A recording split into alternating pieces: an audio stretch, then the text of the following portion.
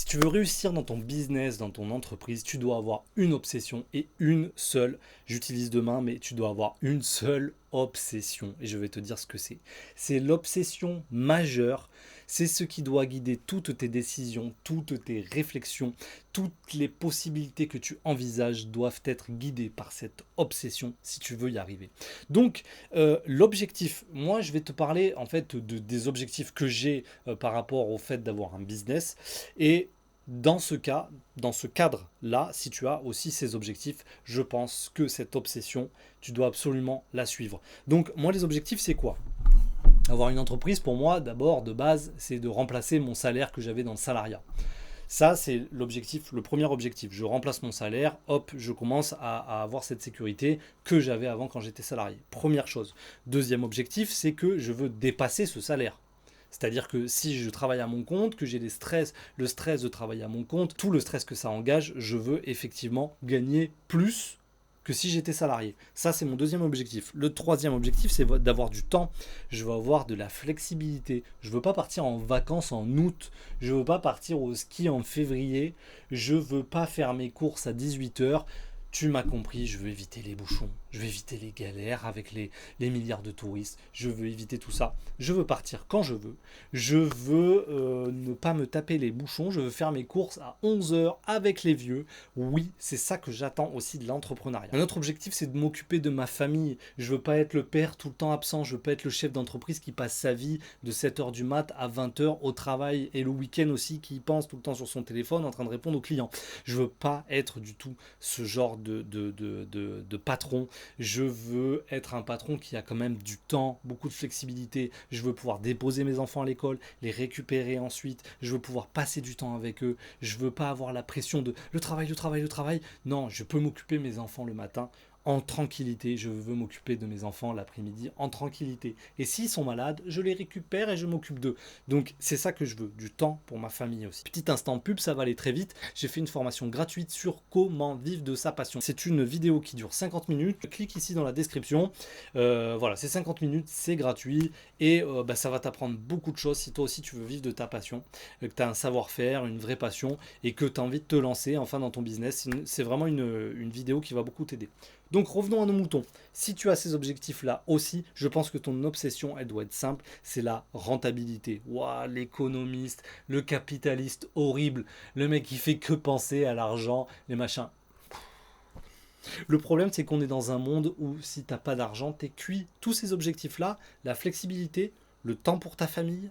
J'ai oublié un objectif aussi, mais c'est que l'objectif de mon entreprise, c'est peut-être bête ce que je vais dire, mais c'est d'avoir un travail, d'avoir une entreprise pérenne, d'avoir un travail sur le long terme. Parce que je ne vais pas me faire virer puisque je suis dans mon entreprise.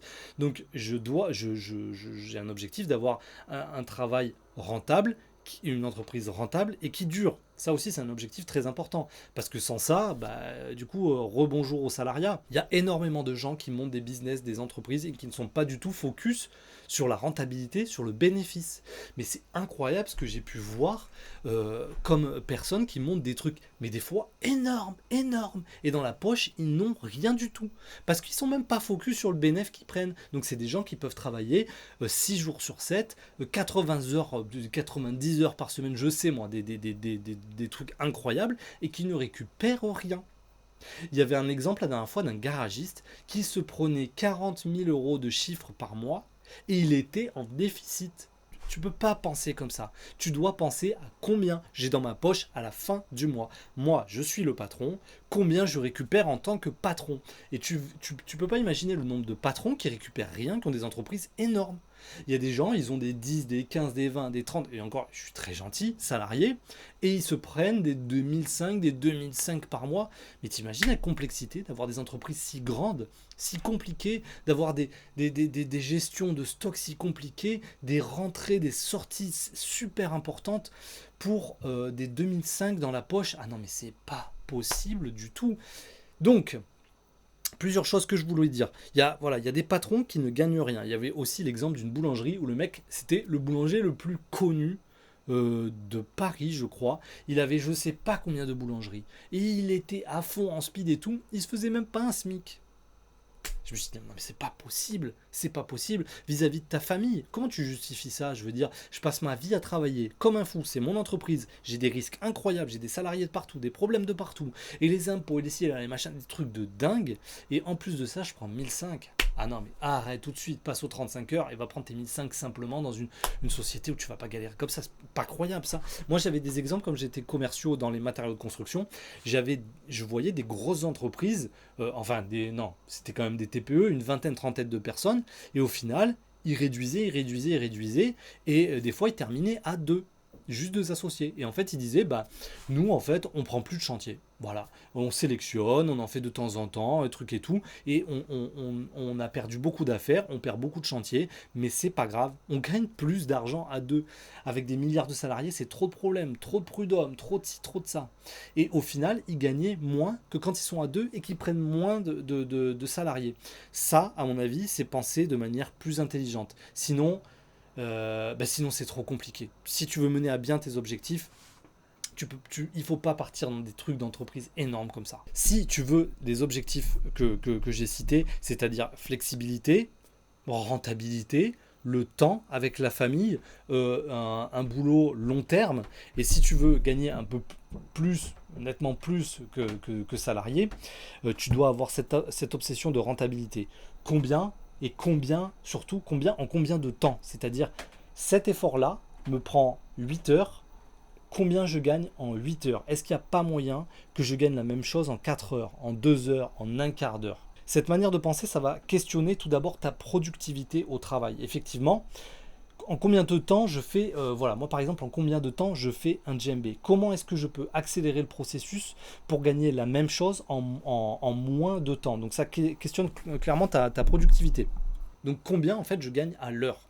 Si je fais une réparation d'un GMB, combien je gagne à l'heure? Si je vends des produits, si je vends des pots, de la corde, des sangles, combien est-ce que c'est rentable pour moi de vendre telle chose, telle chose, telle chose? Donc ces calculs-là sont capitaux. Et au début, j'étais vraiment dans l'urgence de faire plein de choses, de répondre aux commandes des clients, de faire des prix incertains, de vendre un peu tout sur mon site internet, etc. Et du coup, j'avais beaucoup de choses qui n'étaient pas du tout rentables. J'avais des prix qui étaient mauvais, j'étais même quasiment perdant certaines fois, et il y a des choses qui me demandaient énormément d'efforts, qui me rapportaient très peu de chiffres. Donc après, tu vas te poser la question, est-ce que ça, du coup, je continue de le faire? Oui, non. Est-ce que, ok, je laisse tomber parce que c'est vraiment à perte, ou ok, si je double le prix, est-ce que là, je suis rentable? Par exemple, moi, je faisais aussi des cercles sur mesure. Les cercles sur mesure, je les vendais 10 balles ou 15 balles, et c'était long à faire, c'était compliqué, il faut les mesures du client, parce que j'ai pas l'instrument sous les yeux.